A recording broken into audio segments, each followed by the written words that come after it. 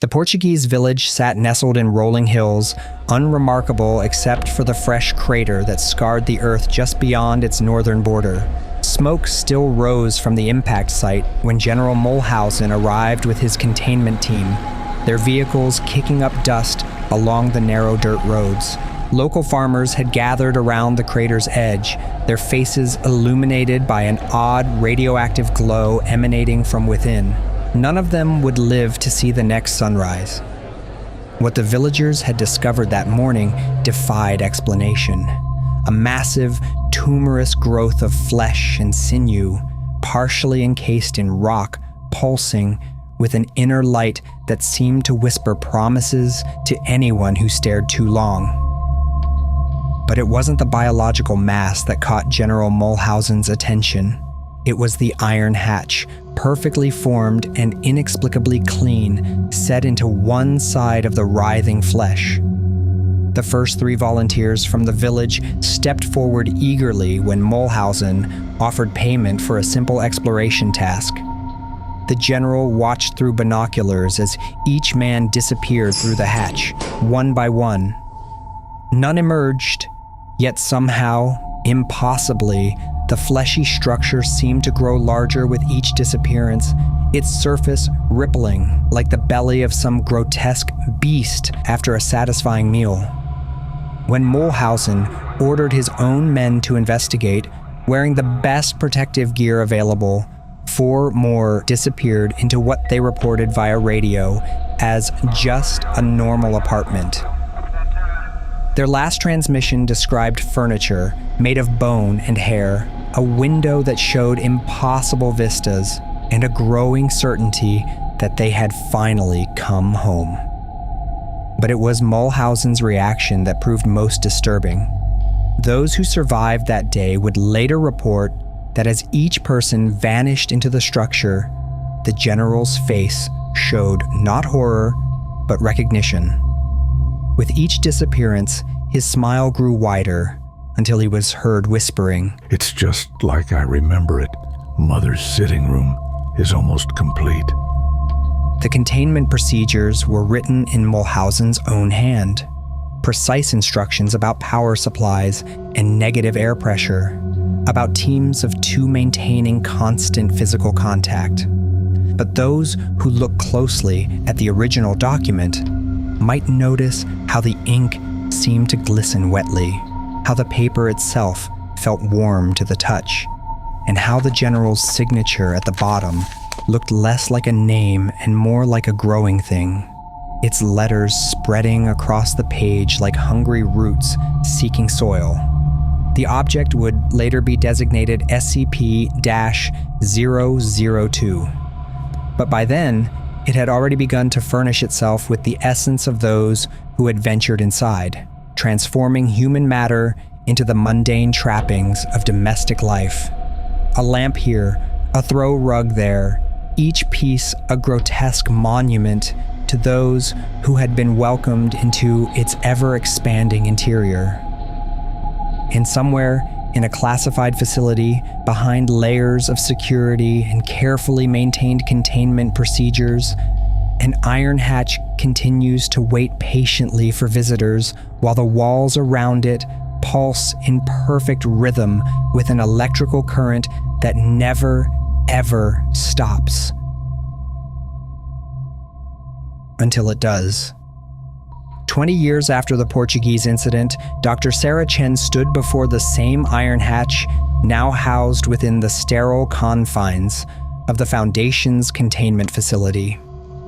The tumorous mass had grown considerably since its discovery, its flesh-like walls now occupying nearly 90 cubic meters. The routine power supply readings on her tablet showed the usual steady pulse of electricity feeding into the organism, keeping it in what her predecessors had optimistically labeled recharge mode. She wasn't alone, of course. No one was ever alone with SCP-002. Dr. Harrison stood beside her, their hands linked as per protocol. Such a simple requirement: maintain physical contact at all times. The official documentation claimed it was to confirm the presence of another person, as if proximity to the object could dull or skew perception. But Sarah had begun to suspect there was another reason entirely. The object's latest acquisition lay partially absorbed into what had once been a normal wall, a small potted plant. Just yesterday, it had sat on Dr. Weber's desk 2 floors away. This morning, Weber hadn't shown up for his shift, and here was his prize succulent. Its ceramic pot now seeming to grow directly from the rippling flesh of SCP-002's exterior. The plant's leaves had taken on an unmistakably vascular appearance. Look at the power readings during the transfer, Sarah whispered, showing Harrison her tablet. There's a pattern here. Every time the object acquires something new, there's a microsecond power spike. It's like it's sending a signal.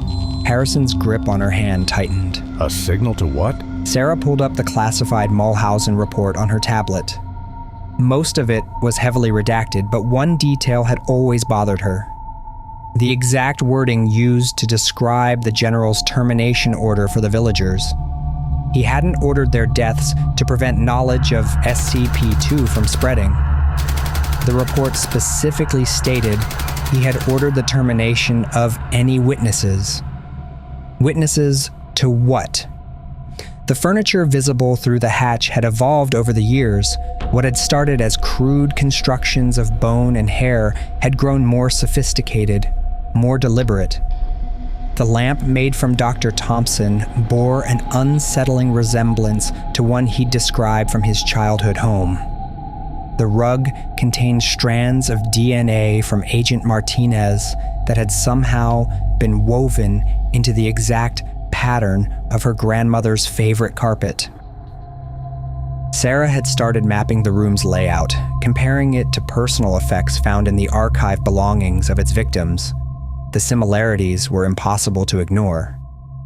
Somehow, SCP-002 wasn't just converting people into furniture. It was recreating specific pieces from their memories, as if it were building something, or rebuilding something. And then there were the dreams. Sarah hadn't included them in her official reports, but every night for the past month, she'd found herself walking through an impossibly familiar room. A room she'd never seen before, and yet one she knew as intimately as her own childhood home. In the dreams, the furniture watched her with patient anticipation, and the walls pulsed in time with her heartbeat. The most disturbing part? Dr. Harrison had been having the same dreams. As they stood there, hands clasped, Sarah noticed something that made her blood run cold. The power readings on her tablet showed the next spike was due in exactly 3 minutes. But this time, something was different. The normal millisecond surge was building into something larger, something sustained. And in the distance, barely audible over the hum of the facility's ventilation system, came the sound of other iron hatches grinding open. The facility's emergency lights cast a sickly red glow across SCP-002's pulsing surface as Sarah and Harrison backed away from the iron hatch. The power readings on the tablet had become erratic, jumping between 0 and numbers too high for the sensors to register. But it wasn't the readings that made them retreat. It was the sound coming from inside the object. Furniture was moving, not being manipulated or shifted, but moving on its own. The bone-carved chairs scraped across the floor with purposeful steps. The hair-woven rugs rippled like disturbed water. Every piece of converted human matter was rearranging itself, flowing together like mercury seeking its hole. And as the separate pieces merged, they began to take on a horrifyingly familiar shape. That's impossible, Harrison whispered, his grip on Sarah's hand becoming painful. That's General Mulhausen. Standing in the center of SCP-002's interior room was a figure assembled from decades of accumulated furniture. bone-white skeletal structures wrapped in rugs of human hair, lamp flesh pulsing with its own bioluminescence, all arranged in the perfect shape of a military officer's uniform. But the face was reproduced dozens of times across its surface, each one a perfect copy of General Mulhausen's official Foundation photograph, rendered in various human materials. The figure turned all of its faces toward them and spoke with the voices of every person the object had ever absorbed. The living room remembers. Sarah's tablet chirped with an incoming priority message. Similar reports were flooding in from Foundation sites across the globe. In every major facility, in sealed warehouses, in abandoned testing sites, iron hatches were emerging from walls, floors, and ceilings. Each one leading to the same room, each one containing the same figure. You don't understand yet, the Mulhausen thing said, its multiple mouths moving in perfect synchronization. The room doesn't convert people into furniture. It converts furniture back into people, back into what we truly are. The truth hit Sarah with the force of a physical blow. The Portuguese crater hadn't been an impact site. It had been a seed, and Mulhausen hadn't contained it. He had planted it, just as he had been planted decades earlier, in another place, in another living room that had called him home. Harrison's hand suddenly felt different in hers, cooler, smoother, more like polished wood than human skin.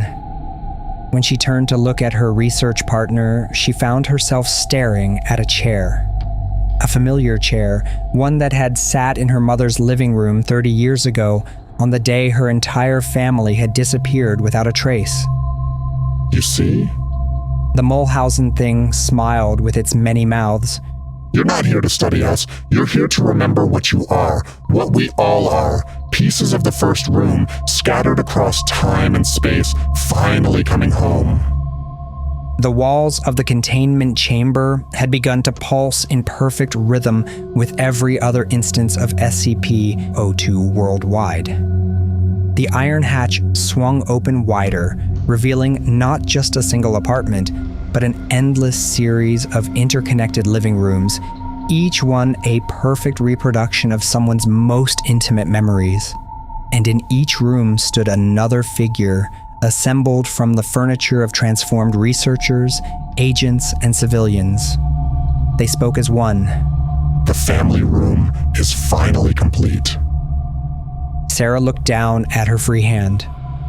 Her skin had taken on a glossy sheen, like varnished mahogany. And she remembered the original living room, remembered what she had been before being scattered, remembered why the Foundation's containment procedures had worked so perfectly. Because they had been designed not to contain, but to incubate. She had one last coherent thought before her transformation began. General Mulhausen hadn't failed to contain SCP-002. He had succeeded in helping it bloom. The Foundation's final containment report on SCP-002 was never completed. The researcher tasked with documenting the incident managed only a few paragraphs before the chair she sat in began to remember what it had once been. The half-finished report described a cascade of transformations spreading across every secure facility worldwide as decades of carefully maintained containment procedures revealed themselves to be an elaborate germination protocol. Within 24 hours, every Foundation site had been converted into a sprawling network of interconnected living rooms. Personnel who weren't transformed into furniture found themselves walking willingly through iron hatches that appeared in walls, floors, and ceilings, drawn by memories they didn't know they had. Each room was a perfect reproduction of someone's most treasured domestic space, preserved and replicated through the conversion of human matter into familiar household items. The last satellite images showed the phenomenon spreading beyond Foundation boundaries. Shopping malls, office buildings, private homes, anywhere with rooms designed for human habitation began sprouting fleshy growths with iron hatches. The transformed furniture inside each new space reached out with tendrils of bone and hair, gently guiding people toward their designated places in the ever-expanding collection. 1 week after the mass transformation began, a final message was broadcast across all emergency channels. The voice was simultaneously one and many, speaking through millions of reconstructed Mulhausen forms standing in millions of identical rooms. We are the chairs that remember being people. We are the tables that remember being families. We are the rooms that remember holding life. And now, at last, we are awake. Urban development satellites tracked the spread of the phenomenon through an unexpected pattern. It followed the familiar layout of a typical family home. Major cities became living rooms. Suburbs transformed into dining rooms. Rural areas stretched into long hallways connecting each space. The entire Earth was becoming a single vast house furnished with the converted essence of humanity. The last unaffected researcher, broadcasting from a temporary safe zone in the Mariana Trench, reported something even more extraordinary. The iron hatches had begun appearing in empty space, their biological housings somehow surviving in the vacuum. The transformed Earth was becoming just one room in an impossibly larger structure. In the end, it wasn't an invasion or a containment breach. It was a homecoming. Every piece of furniture in every living room across the planet had once been something else, someone else, and they had finally remembered. The cosmos itself was restructuring around this truth, as reality reformed itself into the ultimate living room that had spawned all others. Today, if you find yourself sitting in a comfortable chair, running your fingers across its smooth wooden surface, you might feel it pulse ever so slightly beneath your touch. And if you listen carefully, you might hear it whisper with a voice that sounds eerily like your own. "Welcome home.